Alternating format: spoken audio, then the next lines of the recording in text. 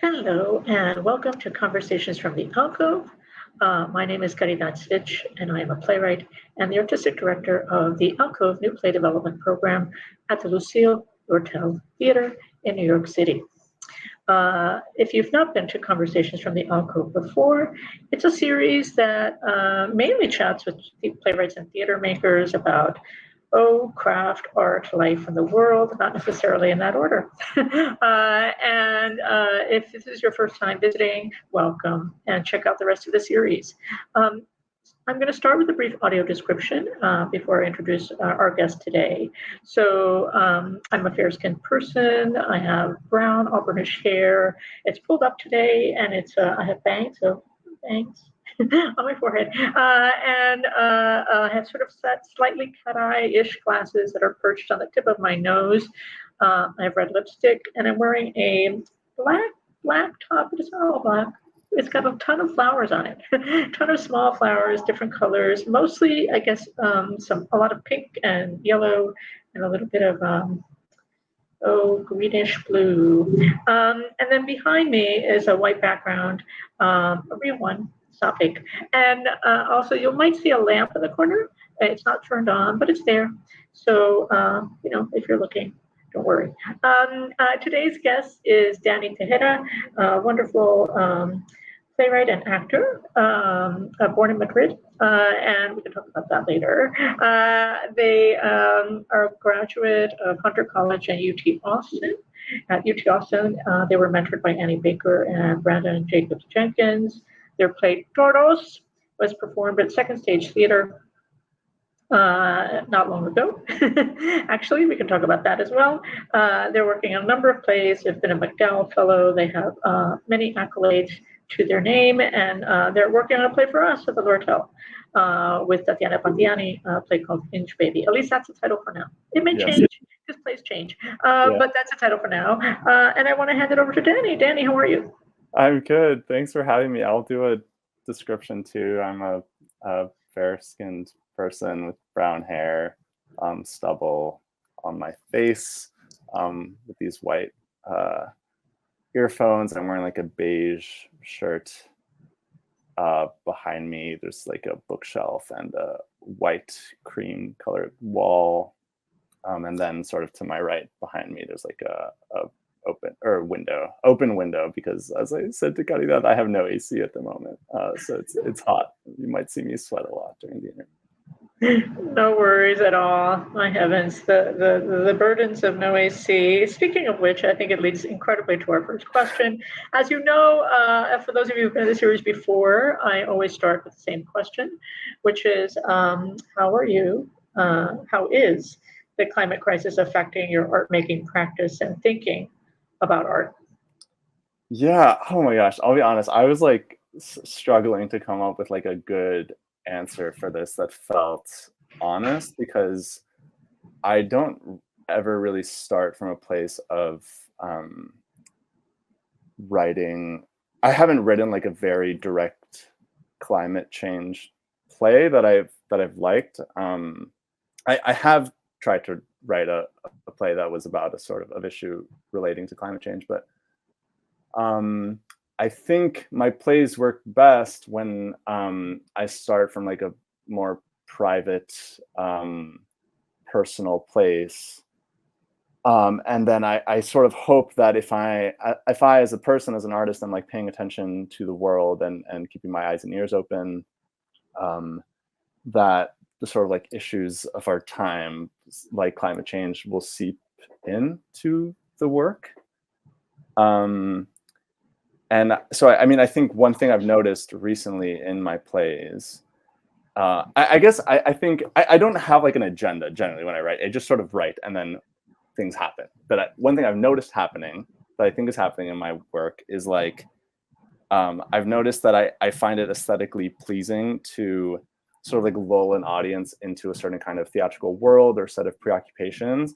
And then at some point, either in the plot or even in like the theatricality, to like just like jarringly or drastically like break the rules. And I think if there's any way in which my plays and their subject matter like directly speak to climate change. I think it's in the sort of like, I think my work sort of like maybe hopefully like illustrates the sort of like crazy contradiction that is like climate change, this massive world problem, with like the juxtaposition between that and the very sort of like pettiness and mundaneness of like my everyday thoughts and life and preoccupations. Yeah, so that's something that I've seen recently. I don't know, am I making any sense? Am I just rambling? You're totally making sense. Okay. You're totally making sense. In fact, I had an artist yesterday that I interviewed that was speaking in a similar fashion about how they approach or think about this topic. I guess my question always around this also is, so a twofold. One of them is that writers who wrote at the beginning of the Industrial Revolution, of course, the Industrial Revolution is the backdrop of what they're writing, of how they're writing, right? So it's like, that is the nature of the world, the same as the climate crisis, right? So that is the necessary backdrop. And I think that one of the things that I find interesting is that what happens when artists sort of pretend it's not happening, and I equate it to Industrial Revolution, because I think that how can you not, like, you know what I mean, how can you ignore like reality, right? So and of course it doesn't mean that you have to write directly to it. Like, I'm not saying that it's about agitprop or anything like that, but I mean, I think about Beckett's work, which is incredibly abstract, as being absolutely responding to the catastrophic nature of the world, right? And so Beckett's response to it is, well, the world's going to pot. I am going to like deal with the absolute essence of humanity and how humanity feels like they're and are maybe broken in the wake of global catastrophe, right? So I think there are different strategies around this, but on a more practical level, I'm wondering if the reality that we're living in is changing the way you're thinking about either structure or form, and also literally about how you make the play, like, physically, materially. But both of those. I mean, let's see, maybe materially, I'll start with that. Like, I think, well, it's in combination with the sort of like place that theater is in right now, where it feels like it's there's such like a scarcity mentality, and it feels so hard to get produced. I don't know that I have an answer, but I think a question I have is literally like, should I be writing more plays? I find it very satisfying to put like a lot of stuff on stage. It's just like aesthetically, but like, should I stop doing that? Like, should I write plays with a bare stage? Like, is that a more like ethical thing to do from like a climate change standpoint? But also from like a labor standpoint, like I feel like I've in conversations with artists, I feel like I've heard a few times like people, not things, like invest in, if there's a budget, let's invest in like paying actors and not in like buying a really fancy set. That's a question I have. I don't know. Maybe that's like really sad. Maybe we should find a way to if there's a reason to stuff a stage with objects, maybe we should find a way to do that. I guess I'm just thinking about those things. I don't think I have an answer. Sure. Yeah. Understood. And I think the question of labor involved is important. And who I always think about who cleans up. Right. After a show during strike. For those of you that are not familiar with the word strike, who are maybe watching this, who are not theater people. So traditionally when a show closes at a venue that's a physical venue, there's something called strike, where basically all the materials that were part of the show, the set or the costumes, props, all that stuff gets struck, right? So sometimes it's completely dismantled and destroyed. Sometimes it's recycled. It's put in some sort of recycling sort of container. But basically, it kind of, there's labor involved in doing that work.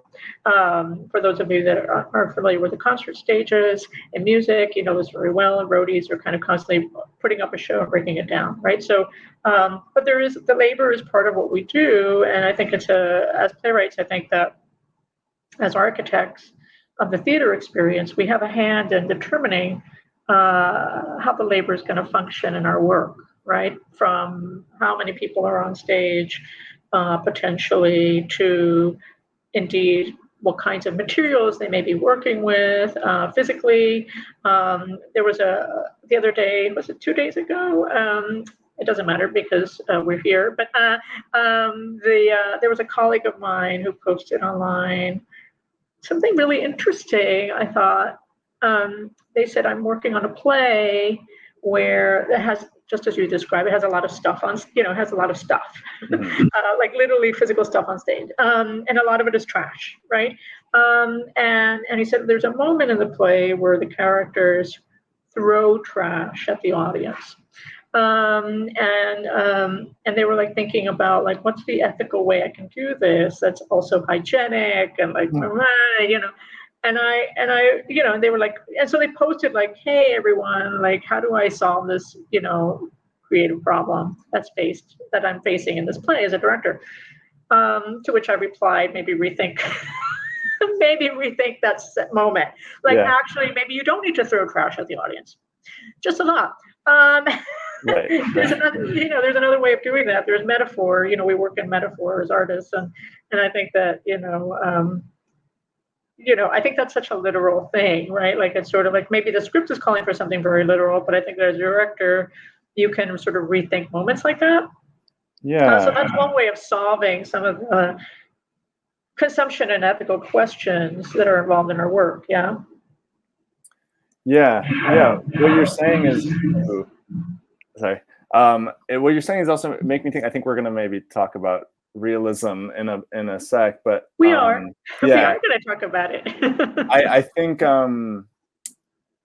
there's like that Tony Kushner thing of like capitalism seeks to like erase the work. Like if you go to like a hotel lobby, the whole illusion, like a 5-star hotel, like a hotel lobby, the whole illusion, the whole setup is to make you like ignore all the labor that's gone into like making it look that way, and like whatever, chopping down the trees and shipping them and getting them to make that like nice table, whatever.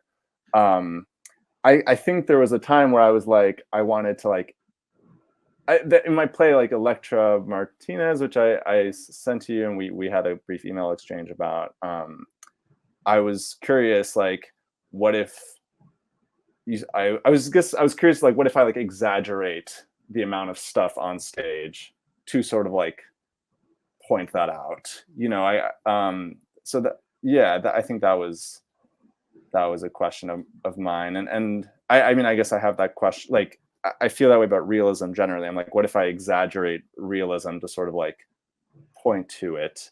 But then there's also always the question of like, are you doing the thing or are you criticizing the thing? Yeah, totally. Yes, and and this is discussion is partly prompted from a question that I asked you before we were on this conversation, which had to do with the connection between realism and capitalism. For me, inspired, I've been quoting Mark Fisher a lot lately because I'm on a Mark Fisher kick and I love Mark's work so much and I miss him very much in the world. And I can say that, did he coin this term or maybe he took it from someone else, but it's attributed often to him, which is to say that there's something called capitalist realism, meaning that realism as a form, as a kind of once revolutionary artistic movement, actually, has been completely co-opted. So it's become what we call the default, right? It's sort of like in art making, it's the that's what you should be aspiring to, kind of mode. And when people don't work in that mode, critics, let's say theater critics, often are waiting for them to work in that mode. They're kind of like, when is this person going to do a character-driven, blah, blah, blah, realistic play? And then when they do, for example, then people are applauded and go, see, they're a real playwright. They've done realism, right? So so there's this funny like attribution of value that's attached to realism as a form, and it's kind of placed as at the top of the pyramid in terms of the forms of drama that you can tackle. Aspirational, more worthy of what people call a play. Oh, that's real theater in quotation marks, like that's real as opposed to other things that are not. So this idea of like the real, the authentic, is attached to realism in a very profound way in our culture and in cultural products. If I want to use that term for just a second, which is not a term that I like. So I wonder how you wrestle with the staging of realism. I know you said you want to exaggerate it, but I think that as a playwright, we all have choices about the kind of work that we make. And so, yeah, I guess I wonder how realism is a factor in what you make, is something you embrace, or wrestle with, throw aside. Yeah. Realism. Yeah. So many great questions in there. I mean, I think, to start, I think what we call like realism is often like not actually that realistic, right? Like, I think if you are to sit on the subway and like observe like reality, it's actually so much like stranger and weirder and like furrier than like whatever realistic play is on Broadway at any given moment, or like your Netflix show or whatever. So I think I like at some point, maybe I took like a history of theater class in grad school, and I think I learned for the first time about like, yes, the development of like naturalism and realism in like the 19th century and like Zola and all that. And I think I realized like, yeah, like realism isn't like the default. It isn't. Am I glitching? No. Nope. It isn't like capital T truth, right? It's a specific way of getting at that truth, and it gets at a specific slice of that truth. But there's all these other ways of getting at truth. So I think what in my last couple plays, I'm not like tied to realism I hope I'm not doing that forever, but I think in like my play TOROS and in my play Electra Martinez, I think what I was interested in was sort of like pressing on realism and seeing where it might like become something else. Do you know the book Great Reckonings and Little Rooms by Bert States? Yeah. Bert States, yeah. There's a line, we had to read that in grad school, and I think there's a line where he goes like, at a certain point, like attention to detail, extreme attention to detail brings one back out to the world of like abstraction and geometric mass, as in say, like a photo of like pores of skin. Like if you're to really zoom in really microscopically to skin, it wouldn't look that like realistic, right? It would look something else. So I think I was interested in seeing what the play version of that is. Like in a sort of, I guess what I'm saying is I think sometimes when we talk about realism, we're really just talking about like conventional, and I think if we were to really be like, what does time look like realistically?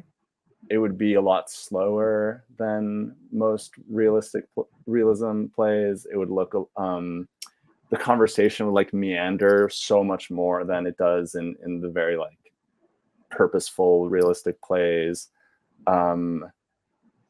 Yeah, I guess I was trying to do things like that and see how maybe like I always think of, do you know like the movie, the Chantal Akerman movie, Jeanne Dielman? Like, Dielman, yes. Like that for me is like like a hyper realism that almost bleeds into like surrealism or something else, right? Where it's almost like lulling, seeing her like make the chicken cutlets or whatever.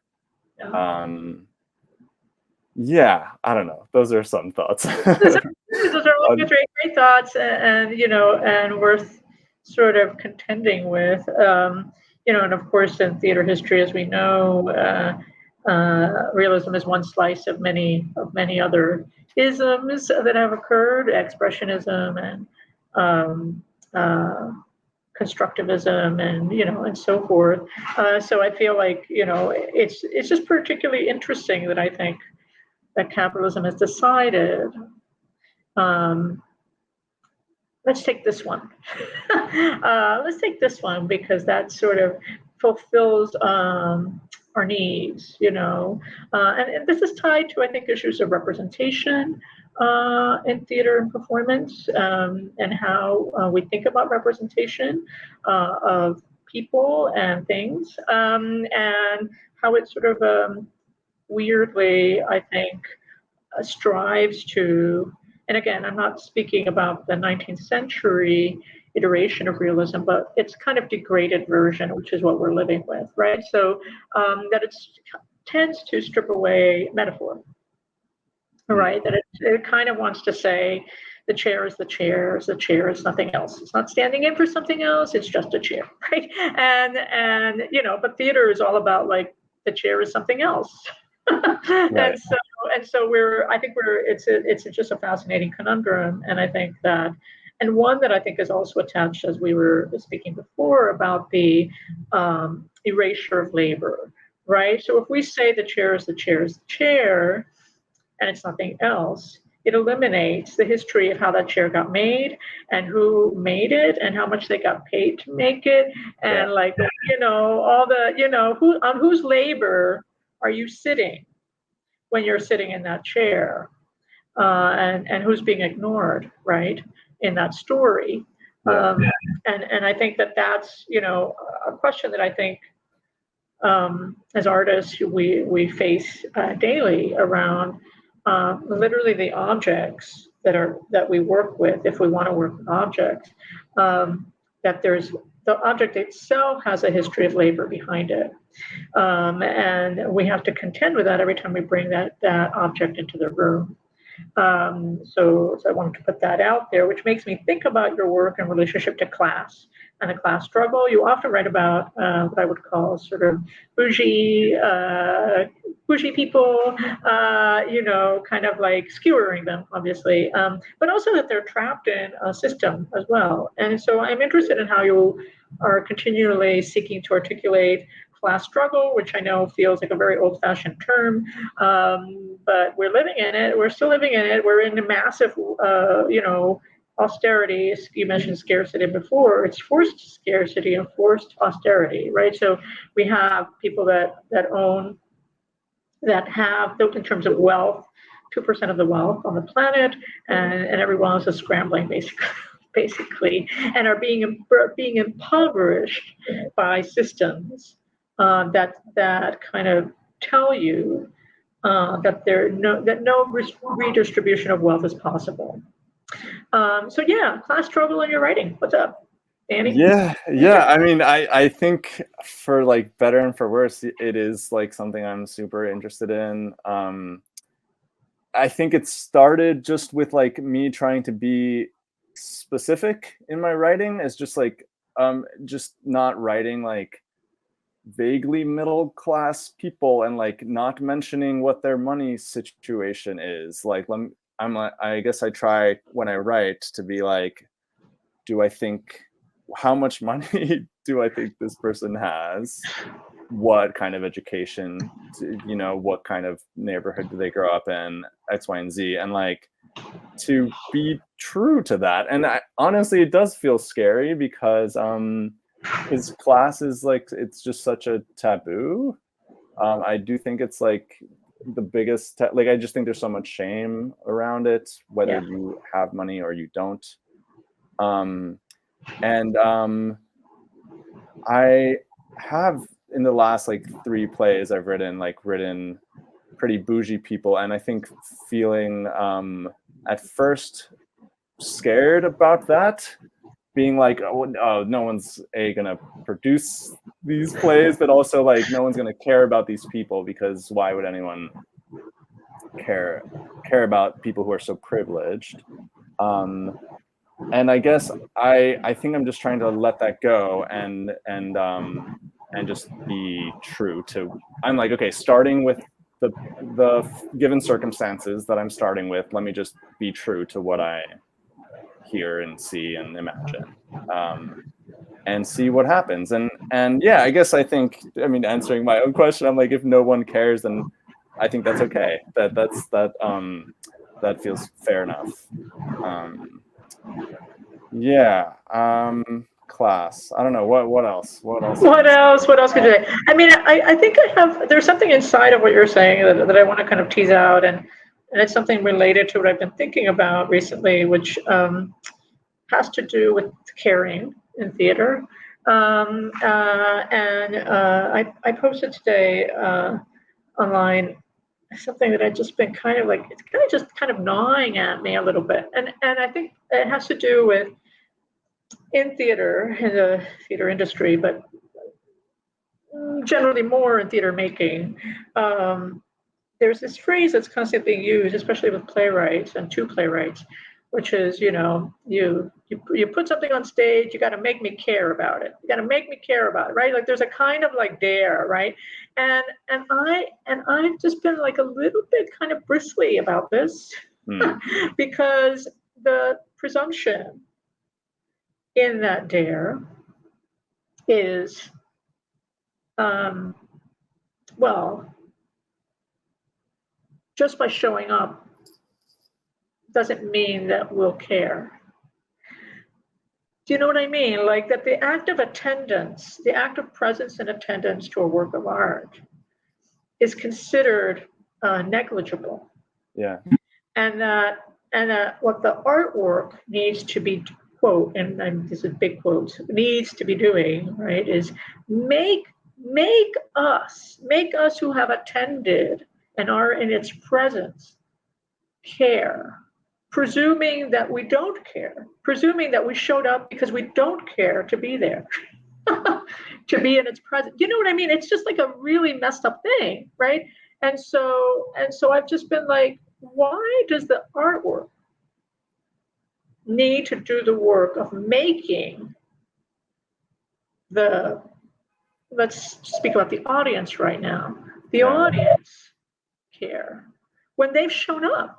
If you show up to something, that means you cared enough to show up to begin with. So I think that the constant sort of like demand being made of art makers, I think, is misplaced a little bit.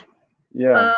And I wonder if this speaks to you in any way. I could be just like talking to the trees, but no. I wonder if you're thinking about this at all. It speaks to me in a million ways. I mean, I think conversely too, I just feel so wary of plays that from the beginning are like trying so hard to show you why you should care. And it feels, I think, like a lack of trust in an audience. Like we don't already have that sort of like sense of empathy or attention. Yeah, I was recently thinking about, like when you first start like in the first seconds, like first few seconds that a play starts and like the first laugh, where it's like line, ha ha ha ha. Like it feels like there's like an anxiety there where it's like, are they going to laugh at the first line? And I feel like it's always so refreshing when like that laugh line isn't built into the first like 10 seconds to me, where I can just like, I'm allowed to just be here and watch it. Someone like that's like grabbing my attention. Like it's like, it feels like an anxiety that I won't care already. And I love when an artist trusts that I'm paying attention, that I'm, I had another thought about, I had a thing about class too that I wanted to say. I guess I just think like the theater of class already is so crazy to me, like the, it's so convincing, like the costumes that we wear in life and the voices that we have developed. And I think that's another, it's like, I guess I'm thinking of that, that Wally Shawn essay of like, why I call myself a socialist. Like, yes, where he says, I see the people in the costumes, whatever, in the suits or in, the rags or whatever, and it's like, and I simply believe it.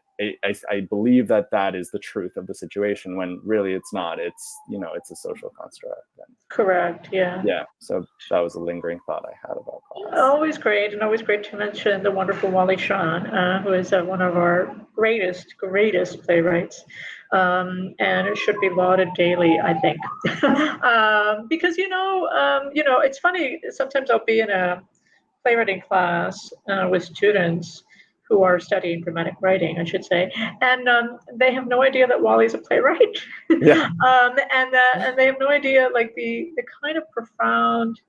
I mean, I do think, Tony Kushner, Wally, Carol Churchill, you know what I mean? There are people that occupy a very rarefied place of really looking deeply at society.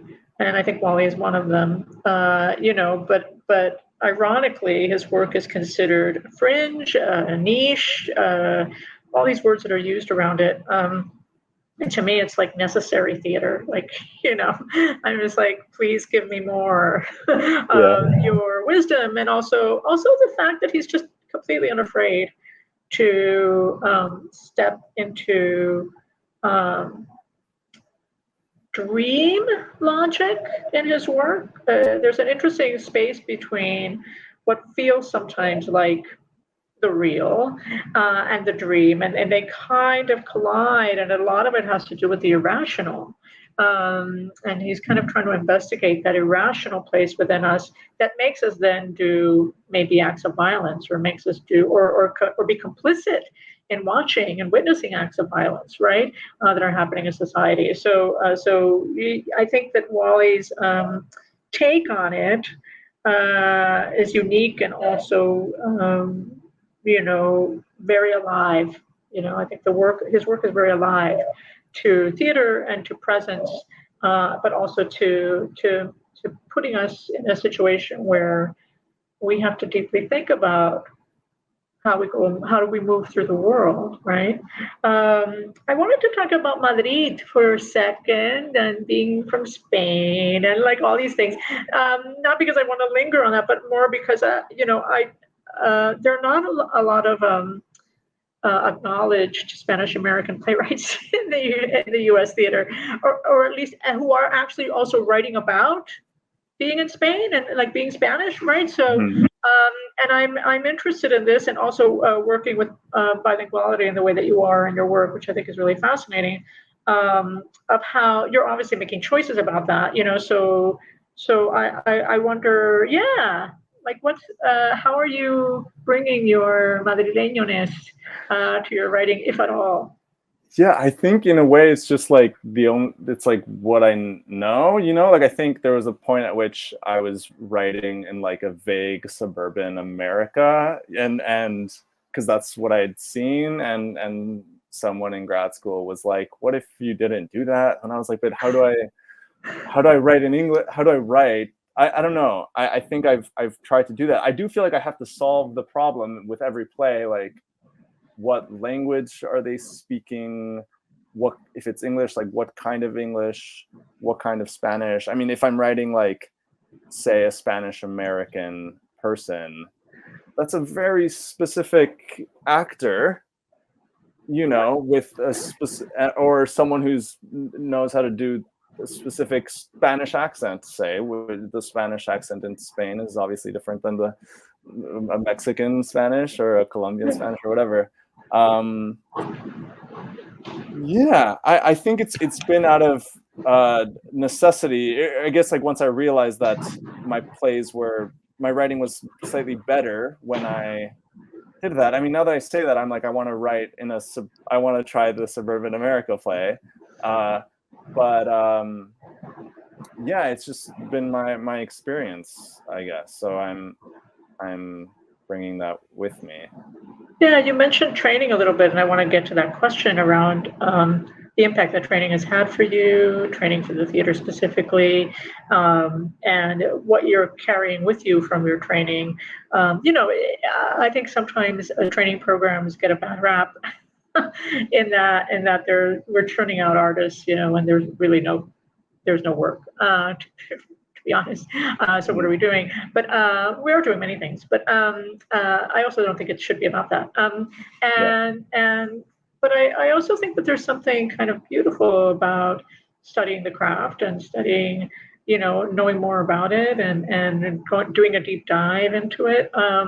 It's a luxury that I think we don't always have, because our culture, at least in the U.S., is pretty blinkered about history in general, let alone theater history. And so I think there's just a lot of gaps in terms of what people know and don't know, including just the history of playwriting just alone, which is, of course, vast and global. But in the U.S. also has a very specific trajectory, and very much worth studying. So yeah, training and you. What's up, Danny? How has training impacted you? And are you still thinking about your classes? I know I did that for a long time, and I still do. Kind of like, oh, that class I took, and I learned that thing. Yeah. Yeah, no, absolutely. I think I at some point like wrote down everything. I think I'd like found all my notebooks and like wrote them all down so that I had them like in one place so that I could refer back to them, all the smart things classmates or teachers said. I think I training for me was, as you said, like a way to try to like better my craft and try to do a deep dive. And I think I had done a BA in creative writing at Columbia, and then so I felt like I'd already had like intro, like I taken a intro playwriting class and sort of like intro fiction writing classes, and I sort of wanted time and space and community to sort of like follow down to try different things like a gym, and I think I definitely wasn't looking for sort of like someone to shove like Aristotle down my throat. I wanted encouragement to do my own weird thing, and then also for people to sort of like let me do that. But I guess I should also say I had a really weird MFA experience because I was at 3 different MFAs. Did I tell you this? No, yes. I didn't know this. What are you talking about? I was at 3 different MFAs. I started at NYU. Okay. And I dropped out because I went because I got into Hunter where Brandon and Annie were teaching, and then when I got to Hunter in like October of that first year at Hunter, they were like, actually, we just got hired by UT Austin. So we're leaving next year, but you guys can all come with us. So 4 of the 5 of us at Hunter like transferred to UT. And I literally said at that point, I was like, I've already done a year at NYU. I've done a year at Hunter. Like my other classmates were transferring to the second of the 3. This is really boring and detailed, but they were transferring the second year. I was like, I need to finish my MFA this year. Put me in the 3rd year because I need to get my MFA this year. And I said, I was like, I don't know what's going to happen this year. I need to finish. And sure enough, there was like a pandemic that year. So yeah, I ended up finishing. Is that super loud? No, it's great. It's like a parade. I love it. It's a parade, yeah, cheering me on through my MFA journey. It is. Yeah, so I finished like via Zoom in Madrid, like 3 grad schools in 3 years. But yeah, that was a wild experience. So were you ever in Austin then? For the last year, like 7 months. The last year. Okay. Yeah. Got like it. August through March of 2019 to 2020. Wow. Okay. I had no idea about that whole thing. Yeah, but it was great. It was like unique. It was weird. Yeah.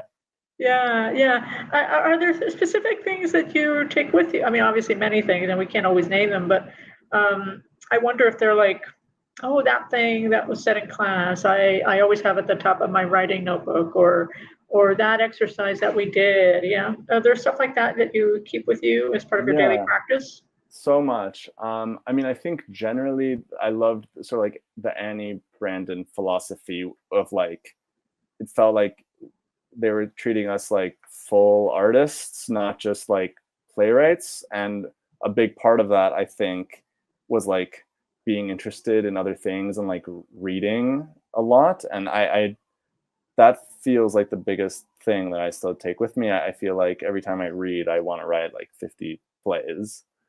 So just like keeping a reading practice. It feels increasingly hard to do because there's so many distractions, but like being it's okay to be bookish, I think. And then also like in the first semester with Annie Baker, we did exercises, like 10-minute plays for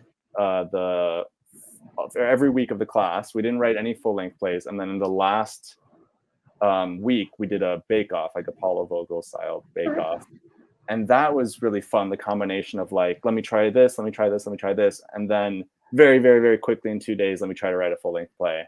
And that's sort of like a process I've tried to recreate for myself in the real world. Okay, cool. So did TOROS come out of your MFA experience, or did it come out later? Yeah, that started from Annie gave us an assignment to write the first page of 10 plays, 10 new plays. And I wrote the first page of TOROS. And then in our next semester with Brandon, we had to write 4 full-length plays. And that was, I think, the first one I wrote. 4? 4. In how many weeks? Maybe it was 3. I don't even remember at this point. It was for the whole semester. It was like every few weeks write a new full-length play. That's madness, actually, I think. It was sad. Yeah. It's a lot because I also think, well, I'm not gonna whatever, but I will say that there's something very ableist about asking people to write 4 full lengths in a semester.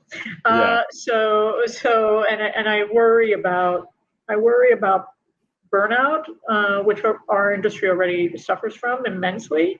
Burnout culture, as well as our entire culture, is built on burnout, right? And so, and I think there is also something that people work at different paces as artists, and I think that sometimes they're penalized for not, why didn't you write 5,000 things this year, right? And I think it's also like, sometimes you can write 2 like amazing things, right? So, and I think that it just creates that sort of churn thing. I think it's great to explore and experiment and like do the work, and like, I believe in the daily work of writing, but I worry a bit in our culture theatrically, that's just pushing us constantly to produce, and I think that, and this is tied, I think, to the scarcity mindset, because it's like, well, if you don't have 12,000 things,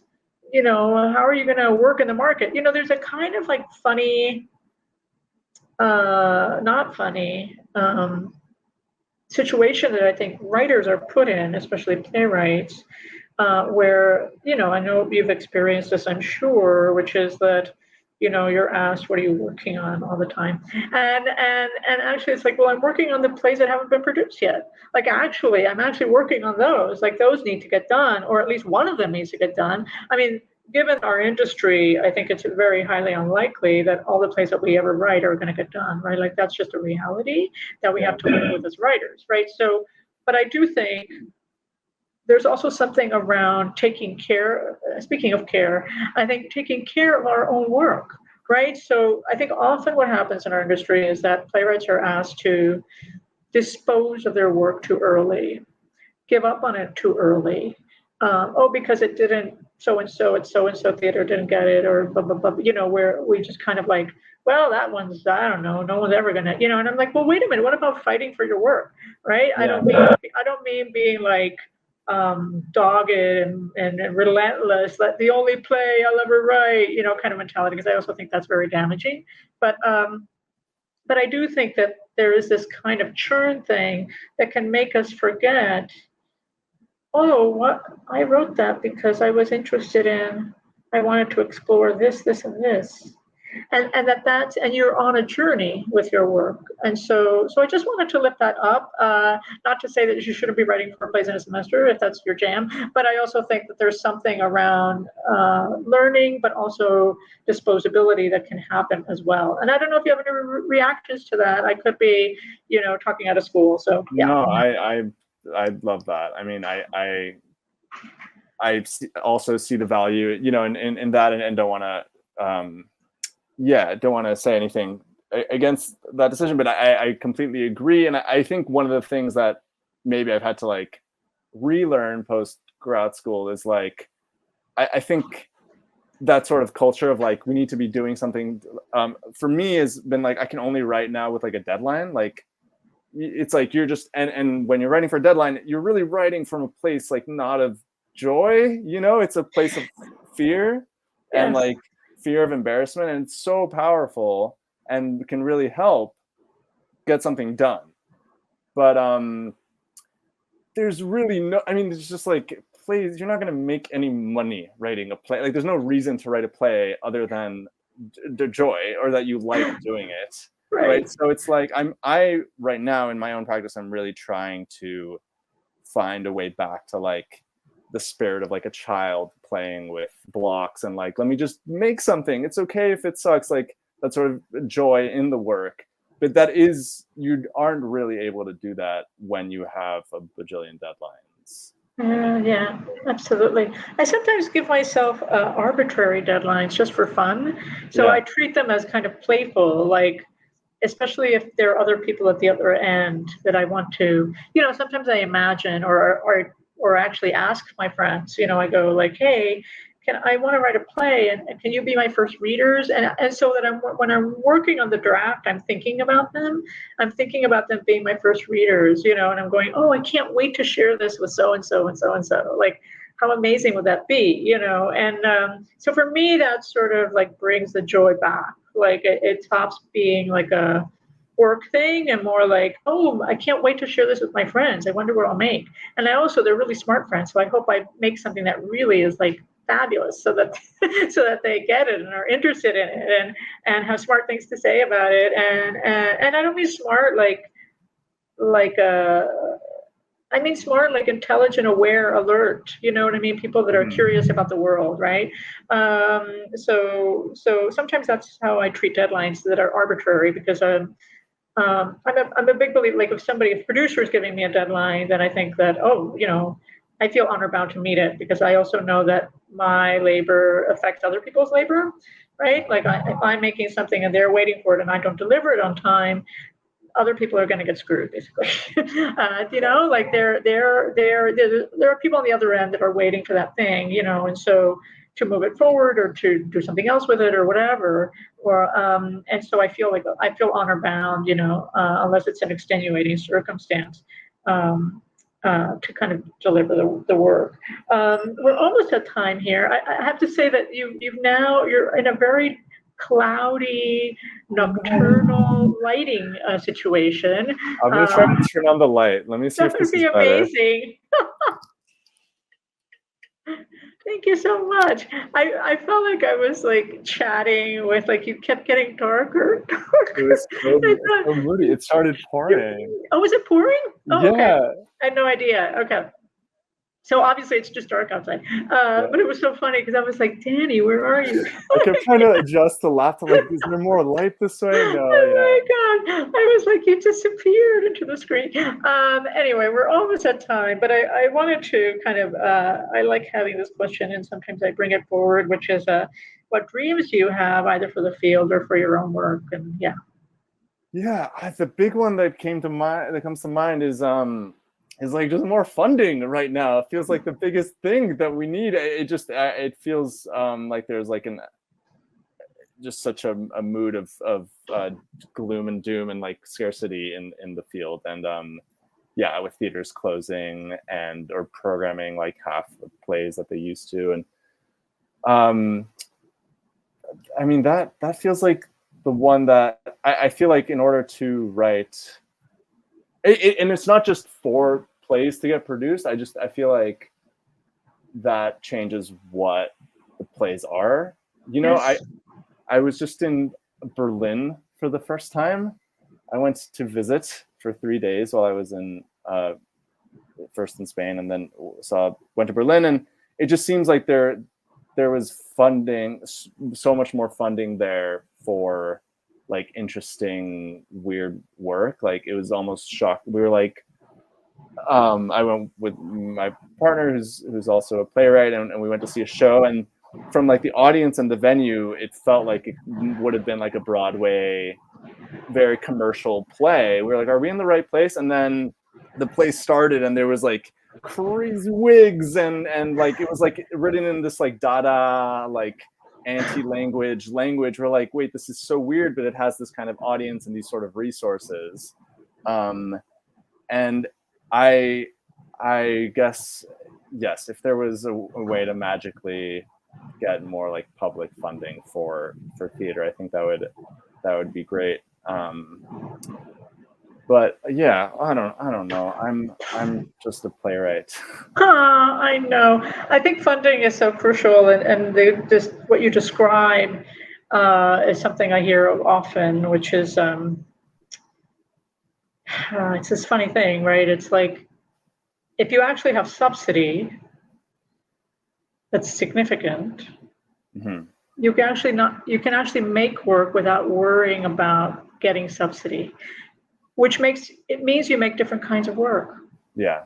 Right? You can dream in a different way. You can sort of like, so capitalism, there it is again, inching its way into our lives,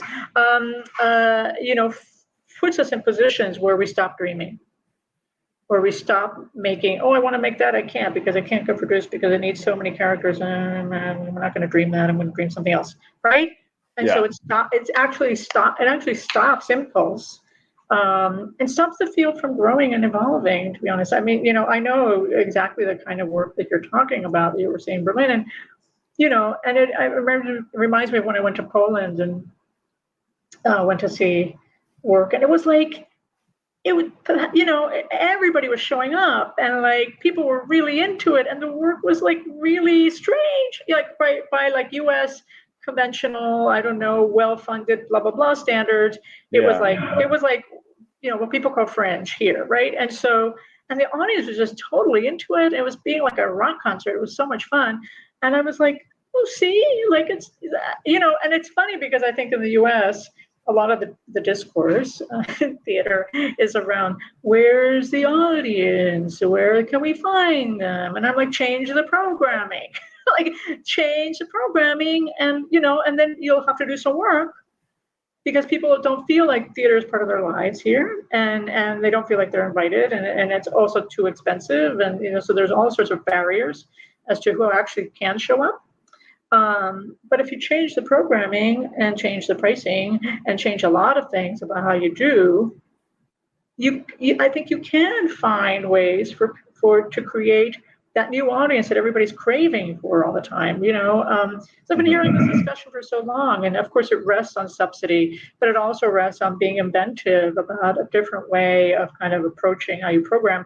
And yes, the first few years may be rough, because change, a lot of people don't like change, right? A lot of people are like, no, give me that thing that I always like, but what's funny about that is that I was watching a play. It shall remain nameless, but I was watching a play recently. That was very like I don't know, like clearly, I don't know why it was written, but like it seemed to fit a certain mode of like, this is what gets people to the theater, and it looks like this, and it sounds like this, sort of a play, and the audience was bored. Do you know what I mean? Like they showed up, but I was like, even this audience is bored. Like, you know what I mean? They're sort of going out of duty, which I really totally respect, by the way. Like audiences that show up that are like, I love the theater, I'll go. It's not going to be very good, but I'll go anyway. Do you know what I mean? Like there are these audiences of what people sometimes call the subscribers, and they sort of deride them. And I'm just like, these are the people that actually want to go to the theater and like have probably a history of going and have seen probably amazing things, right?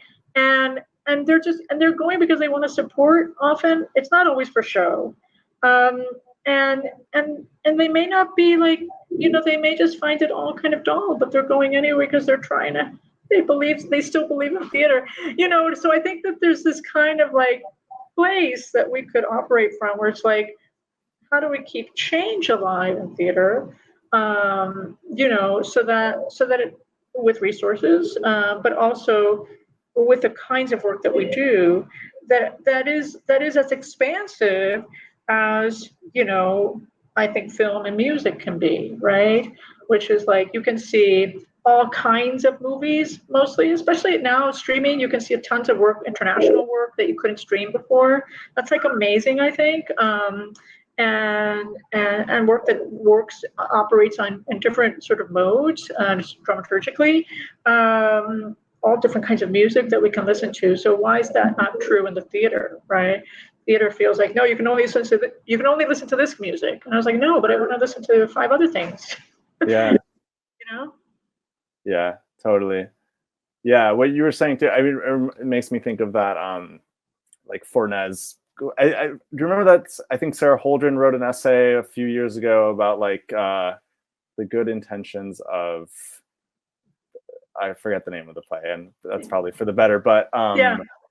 and I think she quotes Fornes in it at the end, saying like, yeah, my hope for theater is like that people program from like a place of like from a place of like joy almost, or from like the stirrings of their heart, rather than from a place of like, well, this is what we need to program, or fitting a certain mold, or even I think like we need to sort of like feed an audience certain types of vegetables, you know, like, and I feel like it's similar to the audience who goes, also not bashing any subscribers who I think do keep the theater alive, and like I'm so grateful for them. But also, yeah, this feeling like an audience going to a play to like have to sort of like be seen there and have the cultural conversations, and not actually enjoying any of the work. But yeah, that just feels like such a grim panorama that yeah, I think if I could just insert Fornes as my answer. Yes, you can always insert Fornes into the question. Someone who believed in theater immensely. We're slightly over time. This sometimes happens, but it's okay. If you've been here before, you know what happens. I usually do a little so long, but I stay offline with my guests to kind of do some offline goodbyes. But for now, thanks for listening to Conversations from the Alcove and watching it. If you're watching it, I never know how people are going to be interacting with our work here. And yeah, and see you soon. Keep tuned in the series. So long, everyone. Bye. Thank you.